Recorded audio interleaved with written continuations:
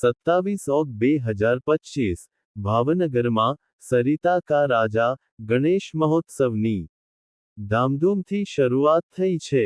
યુવરાજ શ્રી જયવિરાજસિંહજી ગોહિલે પ્રથમ આરતી ઉતારી દર્શન કર્યા અને શુભેચ્છાઓ આપી। ભાવનગર શહેરની સરિતા સોસાયટીમાં છેલ્લા 22 વર્ષથી સંપન્ન થતો સરિતા કા રાજા ગણેશ મહોત્સવ આ વર્ષે પણ ઉત્સાહભેર શરૂ થયો છે। સરિતા ગણેશ યુવક મંડળ દ્વારા આયોજિત આ મહોત્સવ વર્ષોથી ભાવનગરની આગવી ઓળખ બની રહ્યો છે। પરંપરા મુજબ ભાવનગરના યશસ્વી યુવરાજ સાહેબ જયવિરાજસિંહજી ગોહિલના હસ્તે આજે વિઘ્નહર્તા બાપાના પ્રથમ આરતીના શુભ કાર્ય દ્વારા મહોત્સવની શરૂઆત કરવામાં આવી।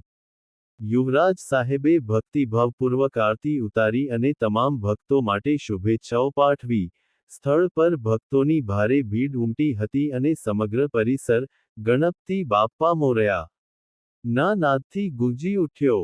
સરિતા કા રાજાની મૂર્તિ પણ દર વર્ષની જેમ આ વર્ષે પણ આકર્ષક અને ભવ્ય રાખવામાં આવી છે।